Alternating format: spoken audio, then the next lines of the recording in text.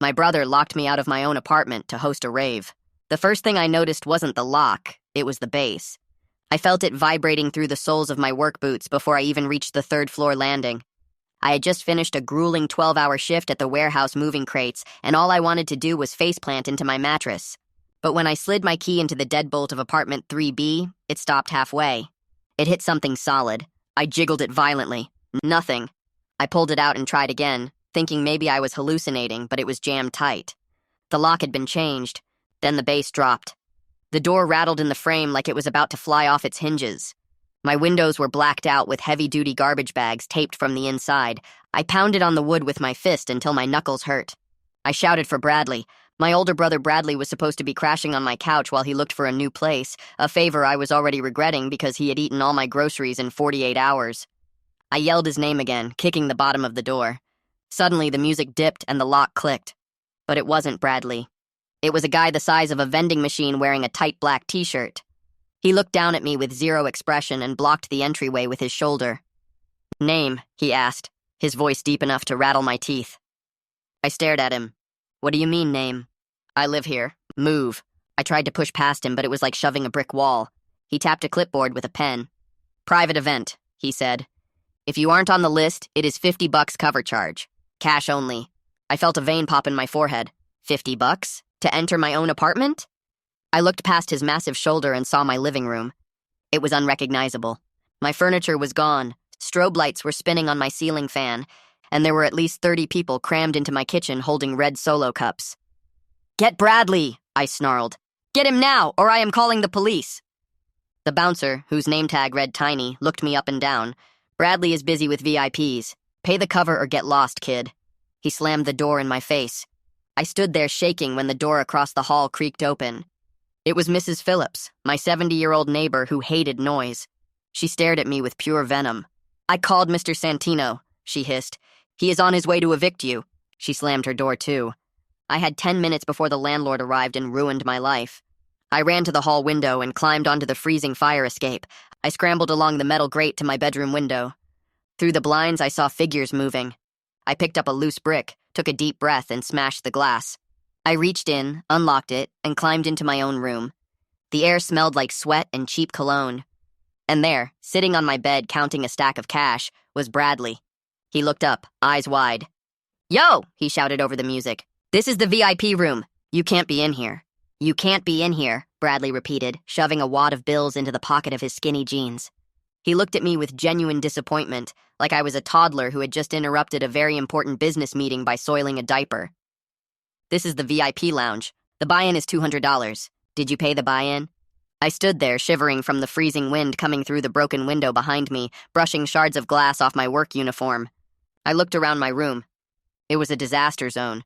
My vintage band posters, the ones I had spent years collecting and framing, were ripped off the walls and replaced with neon LED strips that were currently flashing a seizure-inducing pattern of pink and green.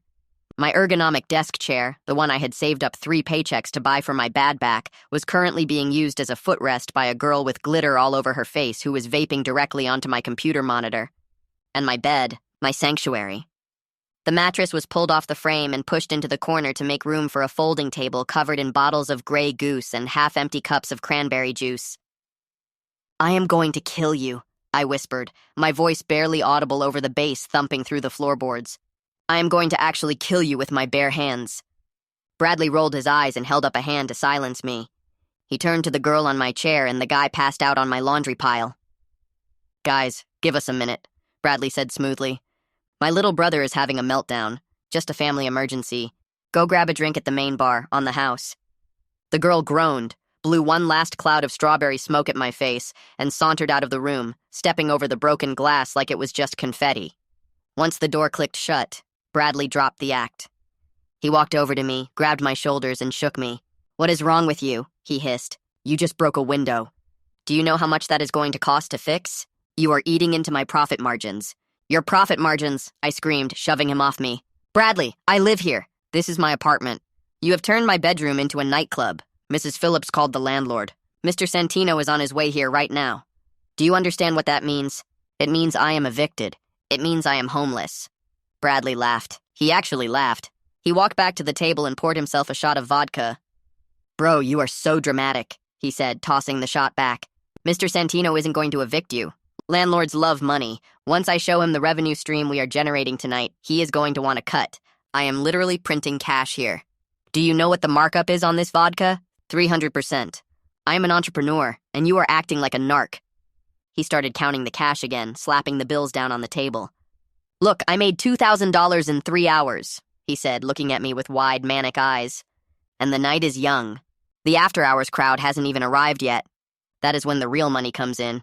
I was going to cut you in. You know, I was going to give you 10% just for letting me use the space. But now, with the window and the attitude, I might have to dock your pay. I stared at him. I felt like I was in a coma nightmare. He wasn't hearing me. He was so deep in his own delusion that he thought he was doing me a favor by destroying my life. Get out, I said, pointing at the door. Get everyone out, now! No, Bradley said, his face hardening. He wasn't the goofy big brother anymore. He looked dangerous, desperate. I have invested everything I have into this. I paid for the DJ. I paid for the booze. I paid for Tiny. I am not shutting down just because you are tired. You want to sleep. Go sleep in your car. Come back at noon tomorrow when we are done cleaning up. I lunged for the sound system on the table, intending to rip the cords out of the wall, but Bradley was faster. He shoved me back hard. I stumbled over my own feet and fell onto the pile of dirty laundry in the corner. Tiny! Bradley shouted at the door. Tiny, we have a problem in VIP. The bedroom door exploded inward. It didn't just open. It flew back and hit the wall with a crack that sounded like a gunshot. Tiny, the vending machine bouncer from the front door, filled the frame. He had to duck to get under the lintel. He looked at Bradley, then he looked at me sprawled on the floor. He sneak in? Tiny asked, his voice a low rumble. Yeah, Bradley said, straightening his jacket and smoothing back his hair. He climbed through the fire escape. Broke the window. He is drunk and he is being aggressive with the guests. I need you to escort him out. I scrambled to my feet. I am not a guest, I screamed at Tiny. I live here. My name is on the lease. He is the guest. Kick him out. Tiny looked at me with zero recognition. To him, I was just some scrawny kid in a work uniform ruining the vibe. He looked at Bradley. You pay the security fee, Tiny said simply. You give the orders. Exactly, Bradley said, smirking at me. Get him out of here, Tiny, and make sure he doesn't come back in. Tiny took a step toward me. The room suddenly felt very small. I backed up until I hit the cold glass of the window. I was trapped. I had a 300-pound wall of muscle closing in on me, and my own brother was standing there sipping vodka, watching it happen like it was a show he had paid for. Wait, I yelled, holding up my hands. Tiny, listen to me. The cops are coming. My neighbor called them. If you are here when they show up, you are going as an accessory to breaking and entering, operating an unlicensed venue, and disturbing the peace. Do you have a license to do security? Because if you don't, that is jail time. Tiny paused. He stopped mid-stride. He looked back at Bradley. Is that true? Tiny asked. Cops coming? Bradley waved his hand dismissively. He is lying, Bradley said. He is just trying to scare you. Nobody called the cops. We are good. But the doubt was there. I saw it in Tiny's eyes. He wasn't paid enough to get arrested. The bass from the living room seemed to get louder, thumping against the walls, shaking the floorboards. The party outside was raging. I could hear glass breaking in the kitchen. I could hear people screaming lyrics to a song I hated. My apartment was being digested from the inside out. And then, it happened. The music cut. It wasn't a fade out. It was a hard cut. 1 second the walls were vibrating, and the next second there was dead silence. The kind of silence that rings in your ears. Bradley froze. He looked at the door. Who turned off the music? He demanded, his voice cracking slightly. From out in the living room, I heard a voice. It wasn't a party guest. It wasn't the DJ. It was a voice I had heard every first of the month for the last 3 years. It was a voice that commanded respect, mostly because it belonged to a man who owned half the block and didn't take nonsense from anyone. It was Mr. Santino. Who is in charge here? Mr. Santino bellowed. His voice echoed through the silent apartment. I saw the color drain from Bradley's face. He looked at the cash on the table. He looked at the vodka bottles. He looked at the broken window. For the first time all night, the hustle culture mask slipped, and I saw pure, unadulterated panic. Tiny didn't wait. He looked at the open window, then he looked at the door.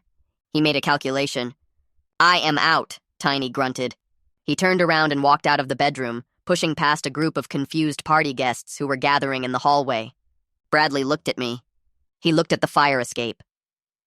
You did this, he whispered, pointing a shaking finger at me. You ruined everything. And then, heavy footsteps came down the hallway. Thud, thud, thud. They stopped right outside my bedroom door. Bradley, I said, a sudden calm washing over me now that the worst-case scenario was actually happening. You better have a really good elevator pitch. Mr. Santino stepped into the doorway. He was wearing a trench coat over his pajamas, and he was holding a master key in one hand and a heavy flashlight in the other. He looked at the neon lights. He looked at the broken window. He looked at Bradley. And finally, he looked at me. His face turned a shade of purple I had never seen on a human being before. Out, Mr. Santino said. His voice was quiet, terrifyingly quiet. Everyone out, now. Or I call the police and have every single one of you arrested for trespassing. Bradley stepped forward, putting his hands up, that fake influencer smile plastered back onto his face. Mr. Santino, sir, Bradley said, his voice trembling. So glad you are here. We can explain. This is actually a charity fundraiser for orphans. Mr. Santino didn't even blink. I said out, he roared. And then he pointed the flashlight directly at me. And you, he said to me, you are done. Pack your bags. I want you gone by morning. I looked at Bradley. I waited for him to step in. I waited for him to say it was his idea, that he had locked me out, that I had nothing to do with it. Bradley looked at Mr. Santino, then he looked at me. He took a deep breath. I told him not to do it, sir, Bradley said. I told him a party was a bad idea, but he wouldn't listen. He has a drinking problem. I was just trying to keep things under control. My jaw dropped. The betrayal hit me harder than the bouncer ever could. My own brother. Mr. Santino looked at me with pure disgust. Give me your keys, he said. Both of you, get out of my building. I looked at Bradley, who was already stuffing the cash into his jacket. The war had just begun. The silence in the apartment was heavier than the bass had ever been. It was a suffocating, thick silence that amplified every crunch of glass under our feet and every ragged breath I took. Mr. Santino stood in the doorway of my bedroom, his hand extended, palm open, waiting for the keys. He looked like a judge delivering a death sentence.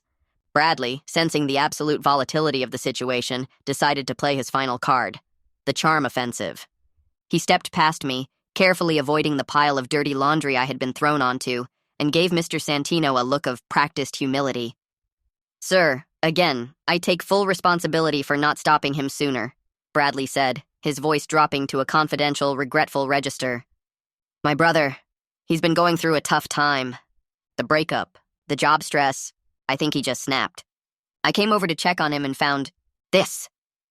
He gestured vaguely at the neon nightmare around us. I was just trying to manage the guests and get them out safely when you arrived. I felt the blood drain from my face. The lie was so smooth, so detailed, that for a split second, even I wondered if I was the crazy one. You liar! I screamed, the exhaustion finally stripping away my filter. You changed the locks. You hired the bouncer. You are holding the cash right now. See? Bradley whispered to Mr. Santino, nodding at me with sad eyes. He's hysterical. It's the substances. I tried to get him to drink water. Mr. Santino didn't look at Bradley. He kept his eyes fixed on me. And in that moment, I realized exactly what he saw. He saw Bradley, clean-shaven, wearing a sharp blazer, smelling of expensive cologne, speaking calmly. Then he saw me, wearing a stained warehouse uniform, covered in sweat and grime, hair wild, screaming in a bedroom with a smashed window. The psychology of appearance is a brutal thing. In Mr. Santino's eyes, I wasn't the victim. I was the problem. Keys, Mr. Santino repeated, his voice cold granite. Now. I reached into my pocket, my hand trembling with a mix of rage and despair, and slapped my key into his palm. Bradley fished a key out of his pocket, a shiny brand-new key that he had undoubtedly cut earlier that day without my permission, and placed it gently next to mine. Get your things, Mr. Santino spat. You have 5 minutes before I call the cops to drag you out. We don't need the cops, Bradley said quickly, guiding me toward the door by the elbow like I was an invalid. We're leaving. Come on, buddy, let's get you some fresh air. I ripped my arm away from him. Don't touch me. We walked out of the bedroom and into the living room, and that was when the true scale of the devastation hit me. Under the harsh glare of Mr. Santino's flashlight, the club looked like a crime scene. The carpet, my beige deposit-securing carpet, was black with trampled gum, spilled alcohol, and cigarette ash. My kitchen island, which I had built myself from an IKEA hack, was cracked down the middle where someone had clearly been dancing on it. The drywall in the hallway had a person-sized hole in it, likely from a fight I hadn't seen. And the smell. It wasn't just sweat and cologne anymore. It was the distinct acrid scent of vomit and stale beer. The guests were scattering like cockroaches. They pushed past Mr. Santino, hiding their faces, rushing for the stairwell. Mr. Santino tried to grab a guy carrying a lamp, my lamp, but the kid dodged him and sprinted down the stairs. "My property!" Mr. Santino shouted, shining the light on the fleeing crowd. "You are all liable! I have cameras in the lobby." We reached the front door, the door that had been slammed in my face only 20 minutes ago. It was wide open now. The bouncer, Tiny, was long gone. But the hallway wasn't empty. Blocking the exit were 2 uniformed police officers, and standing behind them, arms crossed, looking smugly vindicated, was Mrs. Phillips. "That's them," she pointed a gnarled finger at us. "The drug dealers. I told you. They've been running a cartel out of 3B all night." The lead officer, a tall woman with a no-nonsense expression, stepped forward, her hand resting instinctively on her belt. "Step back inside," she ordered. We were herded back into the ruined living room. The strobe lights on the ceiling fan were still spinning lazily, casting dizzying shadows over the officers. "Who is the leaseholder?" the officer asked, pulling out a notepad. "I am," I said, stepping forward.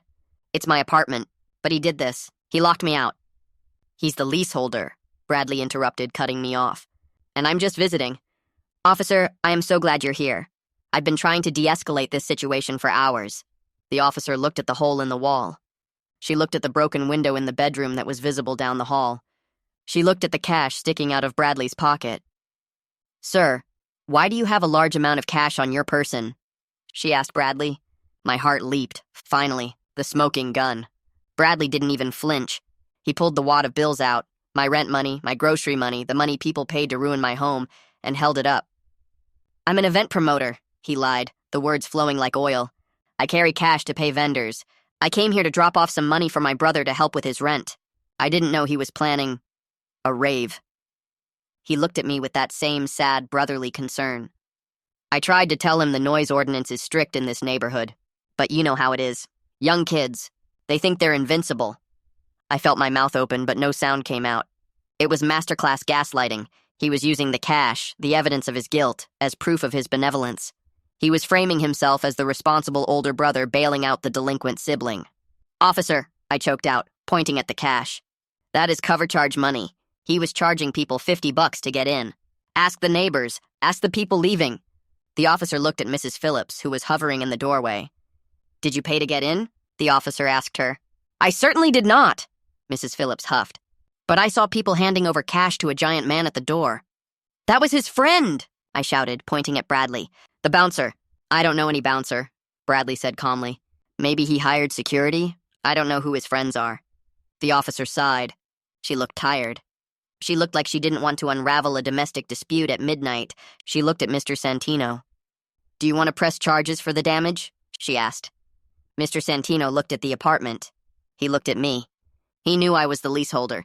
He knew that if he sued Bradley, he'd get nothing because Bradley was a grifter. But I had a job. I had wages that could be garnished. "I want them out," Mr. Santino said, his voice hard. "I'm terminating the lease immediately for violation of the illegal activity clause. I want them trespassed from the property. As for the damages, I'll be sending the bill to the leaseholder." He pointed at me. "You," the officer said to me, "pack a bag. Essentials only. You need to vacate the premises. But now, sir, or you leave in handcuffs." I moved like a zombie. I walked into my bedroom, stepping over the glass. I grabbed my backpack. I shoved a few t-shirts, my work charger, and my toothbrush into it. I looked at my bed, the mattress shoved in the corner, stained with cranberry juice. I looked at the walls where my posters used to be. My home was gone. In 4 hours, Bradley had erased my existence. I walked back out. Bradley was waiting by the door, checking his phone. He looked bored. "Let's go," the officer said. We walked out of the apartment. Mr. Santino slammed the door behind us, and I heard the deadbolt slide home. The sound was final. It was the sound of my credit score dying. We were escorted down the stairs and out onto the sidewalk. The cold night air hit me like a slap. The street was empty now, except for a few red Solo cups rolling in the gutter. The police officers got into their cruiser. "Don't come back," the female officer said through the window. "If we see you on this block again tonight, you're going to jail." They drove off. Mrs. Phillips watched from her window on the 3rd floor, then closed her blinds. It was just me and Bradley standing on the sidewalk under a flickering street lamp. I turned to him. I had never hit anyone in my life, but my hands were clenched so tight my fingernails were cutting into my palms. "You ruined my life," I said, my voice low and shaking. "You owe me that money. Give me the cash. I need a motel." Bradley laughed. He zipped up his jacket, patting the pocket where the money was. "Relax," he said, pulling a vape out of his other pocket. "You're looking at this all wrong. You were stuck in a rut, man. Dead-end job, boring apartment. I did you a favor. I gave you a push." He took a drag and blew the smoke into the night air. "Besides," he added, backing away as he saw the look in my eyes, "I can't give you this cash. This is seed capital. I have to pay the DJ. Reputation is everything in this business." "Give me the money." I lunged at him. Bradley was faster. He sidestepped me and started jogging backwards down the street. "Catch you later, bro," he called out, grinning. "I'll text you when I land the next venue. We're going to be huge." He turned and sprinted away, disappearing around the corner, taking my rent, my deposit, and my dignity with him. I stood there alone on the pavement. I had a backpack, $40 in my bank account, and nowhere to go. I looked up at my dark window. I wasn't just homeless. I was at war. And as I watched the taillights of a passing car, I realized that crying about it wouldn't fix anything. Bradley had played the game better than me because he didn't care about the rules. If I wanted to survive, I had to stop playing by the rules too. I reached into my pocket and pulled out my phone. My thumb hovered over Mom's contact, but then I stopped.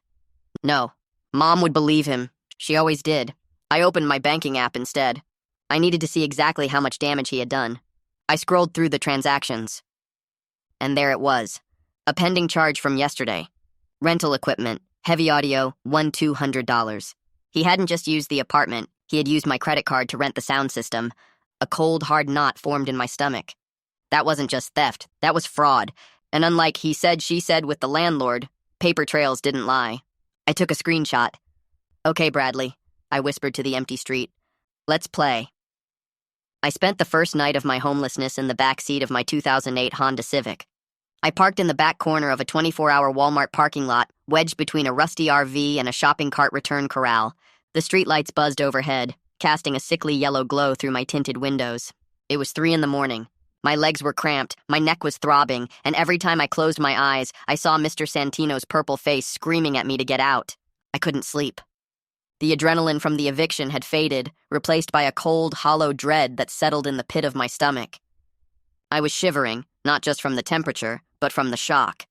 I kept replaying the last 4 hours in my head. The lock, the bouncer, the police, Bradley's smirk. I grabbed my phone. The battery was at 12%. I stared at the screen, debating my next move. I knew I shouldn't do it. I knew deep down that it would only make things worse. But the child in me, the part of me that still believed in fairness and family, needed to hear a familiar voice. I needed someone to tell me that this was insane, that I was the victim, that everything was going to be okay. I dialed Mom. She picked up on the second ring, which was bad. Mom never picked up that fast at 3 a.m. unless she was already awake. "Hello?" Her voice was tight, anxious. "Mom," I exhaled, my voice cracking. "Mom, you are not going to believe what just happened. I know." She cut me off. Her tone wasn't worried, it was disappointed. "Bradley called me." My stomach dropped. Of course he did. He had fled the scene, sprinted down the block with my rent money, and immediately called our mother to spin the narrative. He was a strategic genius when it came to manipulation. "Mom, listen to me," I said, gripping the phone tighter. "He destroyed my apartment. He threw a rave. He locked me out. The police came. I got evicted. I'm sleeping in my car right now." There was a long silence on the other end. Then, a heavy sigh. "He told me you would say that," Mom said softly. "He told me you were having an episode." "An episode?" I sat up, hitting my head on the car ceiling. "What are you talking about? I don't have episodes. I just worked a 12-hour shift." "Bradley said you've been acting erratic for weeks," she continued, her voice taking on that soothing, condescending tone she used when we were toddlers. "He said you came home screaming. He said you smashed a window. He said you were violent with his friends." "His friends?" I laughed, a shrill, hysterical sound. "Mom, they were paying customers. He was charging admission. He stole my credit card to rent a sound system." "Stop it!" Mom snapped. The soothing tone was gone. "Just stop lying. Bradley told me everything. He said he tried to organize a small get-together to network for his business, and you came home drunk and started destroying things. He said he had to leave because he was afraid for his safety." I stared at the dashboard. The digital clock blinked. 3:14 a.m. I felt like I was floating outside of my body. The gaslighting was so absolute, so complete, that I actually checked my own breath to make sure I wasn't drunk. "He has $2,000 of my money," I said, my voice dead flat. "He ruined my credit score. He got me kicked out of my home. And you believe him?" "He's your brother," Mom said, as if that explained everything. "He's worried about you. He offered to pay for the window you broke even after you attacked him. He has such a good heart, and you've always been so jealous of him." That was the dagger, the old wound, jealous. Jealous of the golden child who had never held a job for longer than 3 months, who borrowed money he never paid back, who charmed his way out of every consequence while I worked double shifts and paid my bills on time. "I am sleeping in a Walmart parking lot," I whispered. "Does that sound like jealousy to you?" "Come home," Mom said. "We can talk about this in the morning. Bradley is here. He's sleeping on the couch. We can sit down as a family and work through your anger issues." Bradley was there. He was sleeping on the couch in my childhood home, warm and safe, probably dreaming about his profits. If I went there, it would be 2 against 1. I would be the villain. I would be forced to apologize to him for getting evicted. "No," I said. "Don't be stubborn," Mom warned. "I'm not coming home," I said. "And tell Bradley he better enjoy that sleep, because I'm going to destroy him. Don't you dare threaten your brother." I hung up. I threw the phone onto the passenger seat. It bounced off the upholstery and slid onto the floor mats. I put my head on the steering wheel and screamed. I screamed until my throat burned, a raw, primal sound that filled the small car. Then I sat there, breathing hard, watching the condensation form on the windshield. I was alone. Completely, utterly alone. My family had chosen the parasite over the host. I reached down and picked up the phone. 7% battery. I needed to save it, but my mind was racing. I couldn't stop thinking about the transaction I had seen earlier. The $200 charge for audio equipment. If he used my card for that, what else had he done? I opened my banking app again. The interface glowed bright in the dark car. I scrolled past the rental charge. There were more. Liquor barn, 450 bars, pending. Party, city, 125.50, pending. Vistaprint, 80 bars, pending. He had funded the entire event on my dime. Every drop of vodka, every balloon, every flyer. He had maxed out my credit card in 24 hours. But then I saw something else. An email notification popped up at the top of my screen. It was from Eventbrite. Subject, post-event summary for the Bunker Underground launch. I clicked it. My thumb hovered over the screen. It was an automated email sent to organizers after an event ends. It listed the total ticket sales, the attendance numbers, and the payout schedule. Total tickets sold, 142 gross sales, $7,100 payout status, processing to account ending in 8890. I froze. Account ending in 8890. That wasn't my account. That was Bradley's checking account. I knew those numbers by heart because I had transferred him rent money so many times. But that wasn't the worst part. I scrolled down to the bottom of the email, to the organizer profile section. Organizer name, my full legal name, contact, email, my email address. He hadn't just used my apartment. He hadn't just used my credit card. He had set up the entire event under my legal identity. He had put my name on the contracts, my name on the ticket sales, my name on the liability waivers. If anyone sued because they got hurt, they would sue me. If the city fined us for the noise violation, they would fine me. If the IRS came looking for taxes on that $7,000 income, they would come for me. But the money, the $7,100 in ticket sales, that was going directly to him. He had socialized the risk and privatized the profit. It was the perfect crime. He had turned me into a human shield for his business. I looked at the email again. $7,100, plus the cash he took at the door. He had walked away with nearly 10 grand, and I was left with the debt, the eviction, and the criminal record. A cold calm washed over me. The shaking stopped. The tears dried up. Mom was right about one thing. I had been jealous. I had been jealous of his confidence, his ease, his ability to float through life. But I wasn't jealous anymore. I was focused. He thought he was smart. He thought he had covered his tracks by controlling the narrative with Mom and running away, but he had made one fatal mistake. He had used my email address to set up the account. Probably because he was too lazy to create a new one, or because he needed to verify the identity with my credit card, which meant I had the login. I tapped the Manage Event button in the email. It opened the browser. I was already logged in on my phone. I was looking at the back end of his empire. I could see the guest list. I could see the refund button. I could see the payout settings. The payout was scheduled for 9 a.m. this morning, in 5 hours. I looked at the Edit Payout Method button. A slow, dark smile spread across my face. It felt foreign, tight. Bradley wanted to play businessman? Fine, let's do business. I tapped the button. My thumb hovered over the Edit Payout Method button. My heart was hammering against my ribs so hard I thought it might crack the bone. The digital clock on the dashboard read 3:18 a.m. The Walmart parking lot was silent, save for the distant hum of a highway and the rhythmic clicking of the cooling engine. I wasn't a thief. I had never stolen a candy bar, let alone $7,000. But as I sat there, freezing in my work uniform, replaying Bradley's laugh as he ran down the street with my rent money, I realized something important. This wasn't theft. This was a clawback. I tapped the screen. The page loaded painfully slow on the 1 bar of LTE. My breath hitched. If Bradley had set up 2-factor authentication, I was dead. If he had linked it to his phone number, he would get a code, and he would know I was inside the mainframe. The screen refreshed. Enter new bank account details.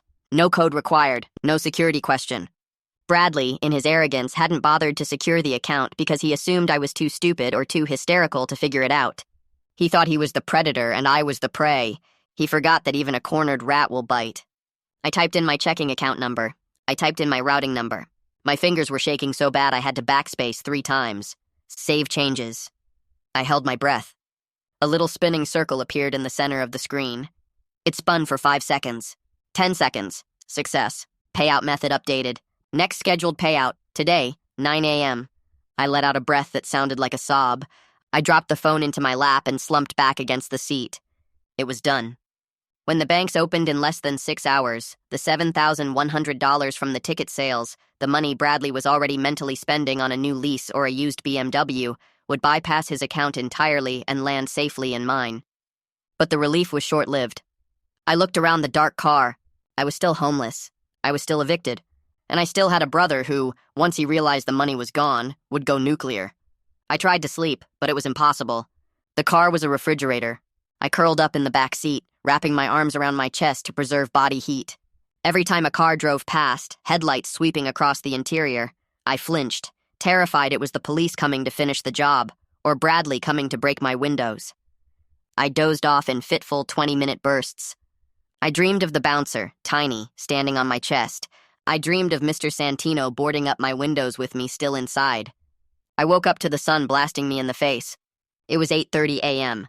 My neck was locked in a painful spasm, and my mouth tasted like anxiety and stale coffee. I sat up, groaning as my spine cracked. The Walmart parking lot was bustling now.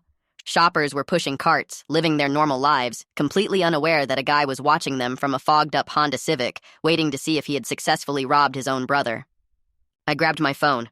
15% battery. I opened my banking app. Balance, 42I50. Nothing yet. It was too early. I opened my email. There was a new message from Mr. Santino. The subject line was simply, damages and lease termination. I didn't want to open it. I knew it was going to be bad. But I had to know the blast radius. I clicked it. It was a PDF invoice. I zoomed in on the total at the bottom first. Total amount due, 14,250 wars. I choked. I actually started coughing. 14 grand. I scrolled up to see the itemized list. Carpet replacement, deep stains, burns, $3,200 drywall repair and painting, hallway bedroom, $1,800 window replacement, master bedroom, $850 professional cleaning, biohazard, debris, $1,200 lease break fee, 2 months rent, $4,000 legal and administrative fees, $1,500 missing property, fixtures, lamps, $1,700. I stared at the number. $14,000. The 7 grand I had just diverted from Bradley wasn't a windfall. It was barely a down payment on the ruin he had left behind. Even if the heist worked, I would still be $7,000 in debt to Mr. Santino. And that didn't include the credit card debt Bradley had racked up renting the sound system and buying the booze. I was looking at a $20,000 hole. Panic started to rise again, hot and sharp. I couldn't pay this. I would be sued. My wages would be garnished for the next decade. I would never buy a house. I would never get ahead. Ding. A notification from my bank. Deposit received, Eventbrite payouts. Amount $7,100. I stared at the notification. The money was there. I had it. It was real. For a second, I felt a rush of adrenaline. I had struck back. I had taken his prize. But then, 5 seconds later, my phone vibrated with a text message. Bradley. Yo, Checking my account. Funds haven't cleared yet. Did you get an email about a delay? He didn't know yet. He was sitting on Mom's couch, refreshing his app, waiting for his hard-earned money to arrive so he could go out and celebrate. He thought the delay was a glitch. He still thought I was the clueless little brother sleeping in his car. I stared at the text. This was the tipping point. If I told him I took the money, he would come for me. He would tell Mom I stole it. He would call the police and claim I hacked him. He would spin it so that I was the criminal, and with Mom already on his side, and the police report from last night showing me getting evicted, he might actually win. I needed more than just the money. I needed a confession. I needed him to admit, on tape, that the event was his, the debt was his, and the damages were his fault. I needed him to admit he used my identity without my permission. I needed leverage that would force him to pay the other $7 grand. I took a deep breath, my thumbs hovering over the keyboard. I had to play the role he expected. I had to be the beaten dog. Me. I don't know anything about emails. I'm sleeping in a Walmart parking lot. I'm freezing. Mr. Santino just sent me a bill for $14K. My life is over, Bradley. I hit send. 3 dots appeared immediately. Bradley. Damn, bro, that sucks. Look, don't worry about the bill. I'll help you handle Santino once my payout hits. Just waiting on the transfer. Eventbrite says it's sent. You sure you didn't see anything? He was fishing. He was getting nervous. Me. I didn't check. I don't care about the event. I just want to go home. Mom won't answer my calls. Bradley. She's pretty upset about how you acted last night. But look, I can smooth it over. I'm the big bro, right? I got you. Tell you what, meet me for breakfast. I'll buy you some pancakes. We can look at the Santino bill together and I'll see what I can chip in. Chip in? He causes 20 grand in damages and offers to chip in with the money he stole from me. But this was the opening. He wanted to meet. He wanted to keep me close so he could figure out why his money was missing. He probably wanted to see if I had received the email notification. I looked at the rearview mirror.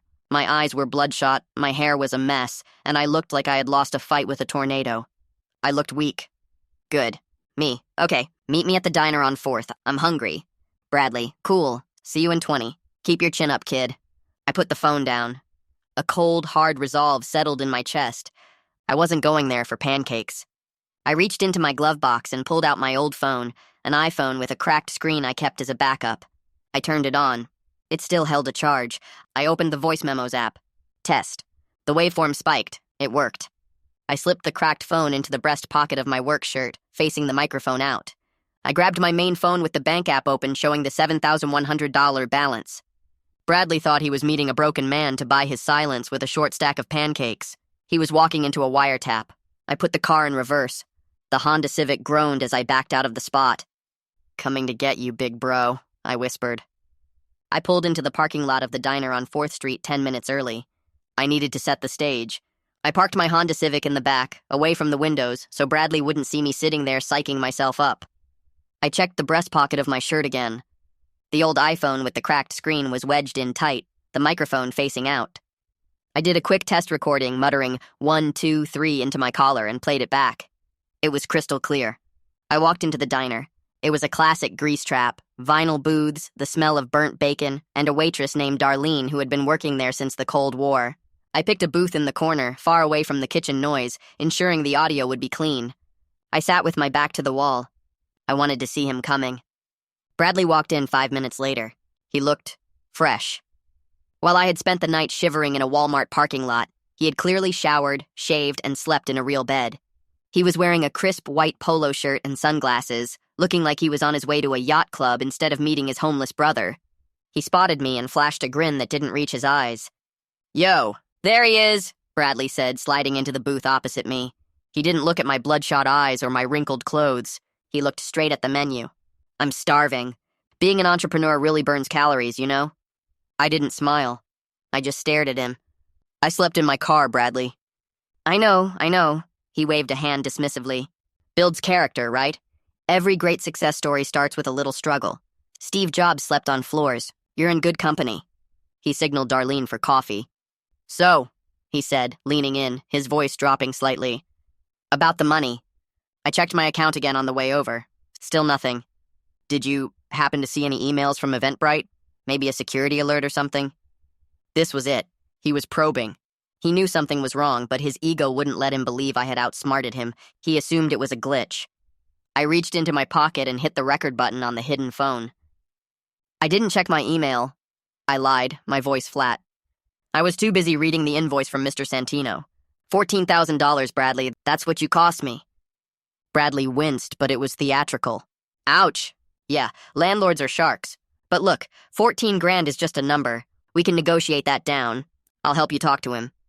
You said you'd chip in, I pressed. How much? How much of the ticket sales are you giving me to fix the window you broke?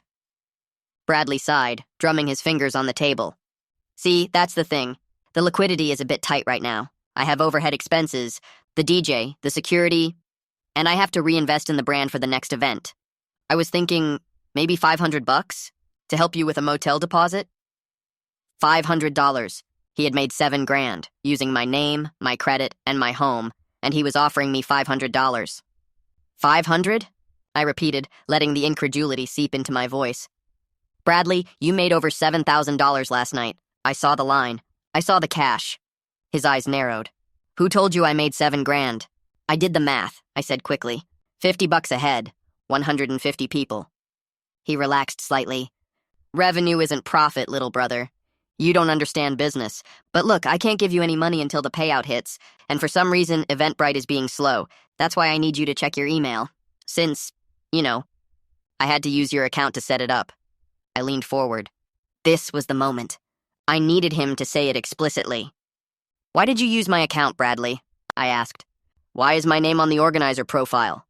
Because my PayPal is frozen, he said, rolling his eyes. Some misunderstanding about a previous venture.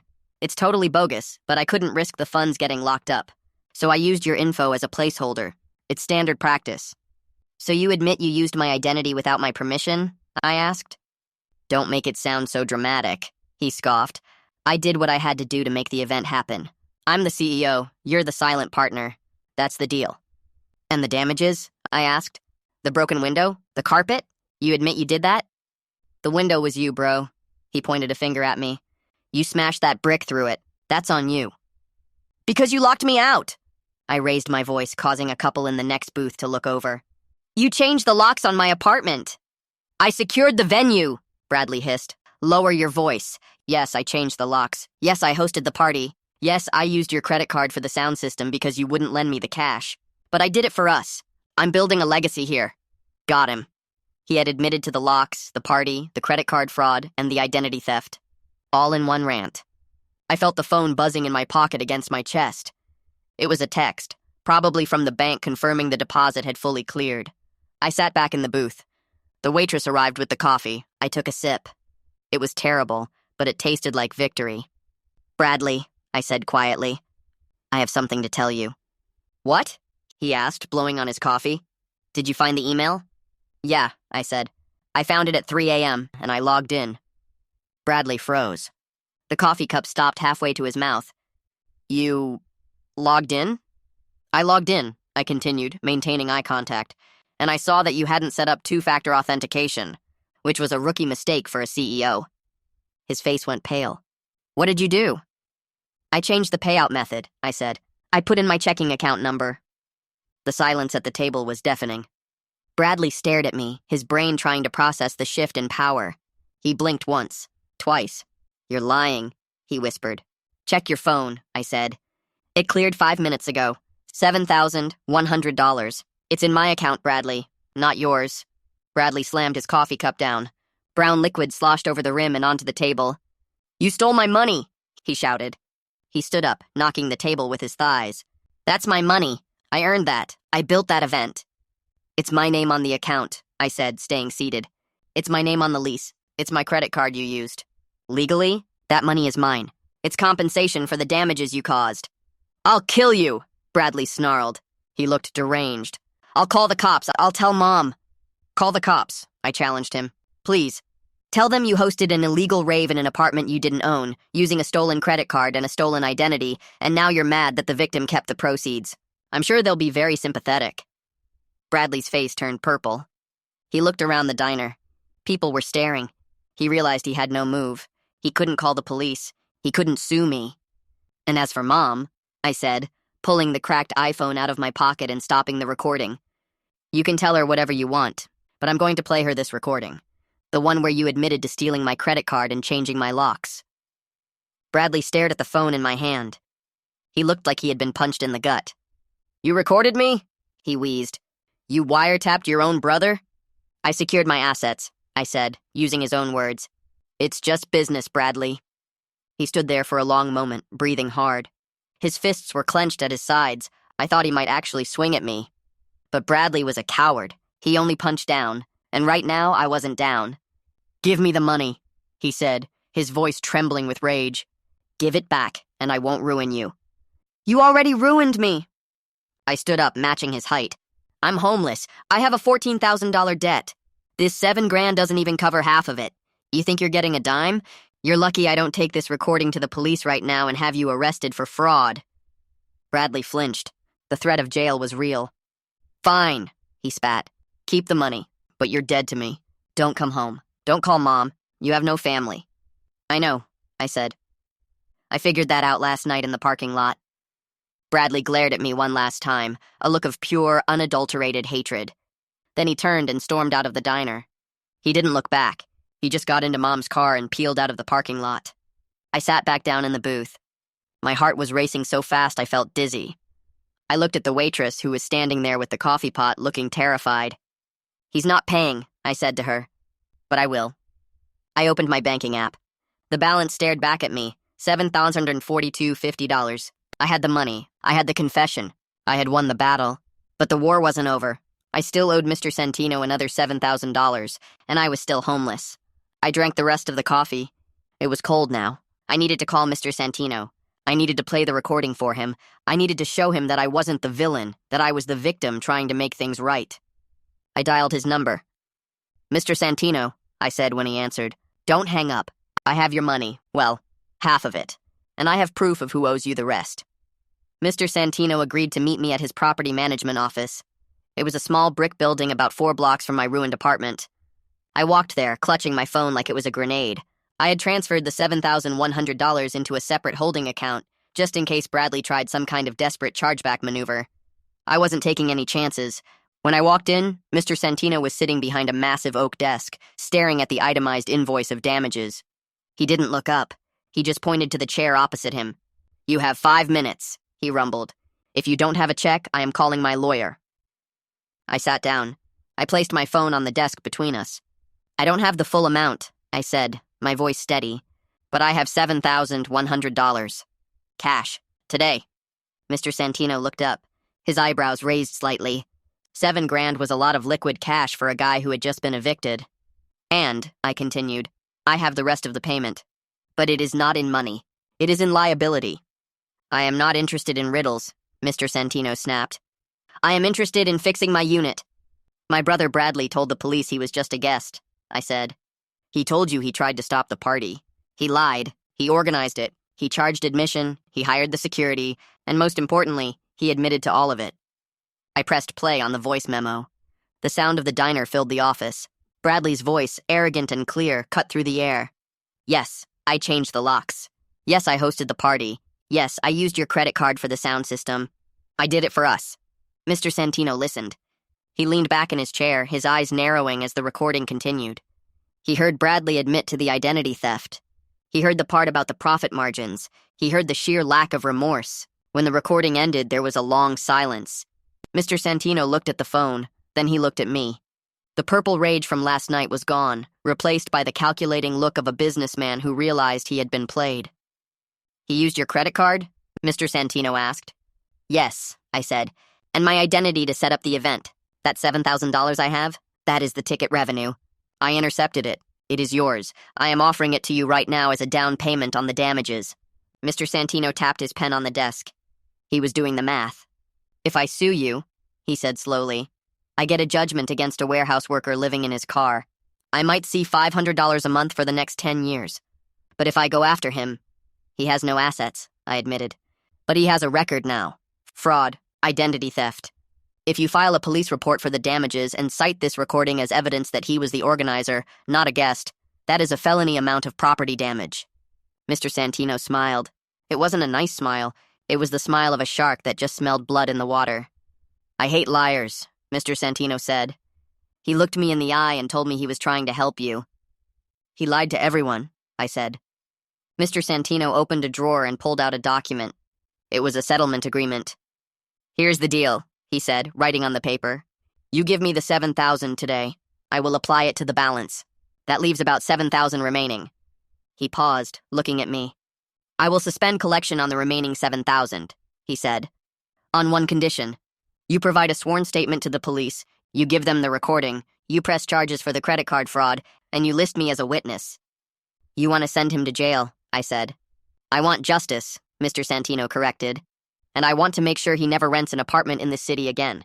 If he is convicted of a felony related to property damage, he is blacklisted everywhere." I didn't hesitate. "Deal." I transferred the money right there in the office. Mr. Santino printed a receipt. He shook my hand. It was the first time in 24 hours I felt like a human being again. I walked out of the office and went straight to the police station. I sat with the detective for 2 hours. I played the tape. I showed the bank statement showing the unauthorized charges. I showed the Eventbrite logs. The detective, a tired guy named Miller, actually chuckled when he heard Bradley bragging about his empire. "Your brother isn't very smart, is he?" Miller asked. "No," I said. "He isn't." They issued a warrant for Bradley's arrest that afternoon. The final blow came 2 days later. I was still sleeping in my car, but I had used some of my last paycheck to get a motel room for a shower. My phone rang. It was Mom. I stared at the screen. I knew what this was. Bradley had been picked up. I answered. "How could you?" she screamed. There was no hello, just pure, unadulterated shrieking. "The police just took him. They took Bradley, in handcuffs, in front of the neighbors." "He committed fraud, Mom," I said calmly. "He stole my identity. He destroyed a property." "He is your brother!" she wailed. "You don't send your brother to jail, you fix it. You drop the charges right now. You tell them it was a misunderstanding." "I can't drop the charges," I said. "The state picked them up, and Mr. Santino is pressing charges too. It is out of my hands." "You are evil," she spat. "You are a jealous, spiteful little boy. I am taking a second mortgage on the house to bail him out, and when he gets out, we are going to sue you. Do you hear me? You are not my son." That was the line I had been waiting for my entire life, without knowing it. "Okay," I said. "If I am not your son, then I guess I don't need to worry about coming to Thanksgiving. Don't you dare walk away from this family." "There is no family," I said. "There is just you and your golden child. And I hope he is worth the second mortgage, Mom, because once he burns through that, he is going to come for your retirement fund next. And I won't be there to warn you." I hung up. And then I blocked the number. I sat on the edge of the cheap motel bed. The silence in the room was absolute. No bass, no screaming, no gaslighting. I was homeless. I was $7,000 in debt to a landlord who held my future over my head. I had no parents. I had no brother, and I had never felt so free. 6 months later. I am sitting in a small studio apartment. It isn't much. The view is a brick wall and the carpet is old, but it is mine.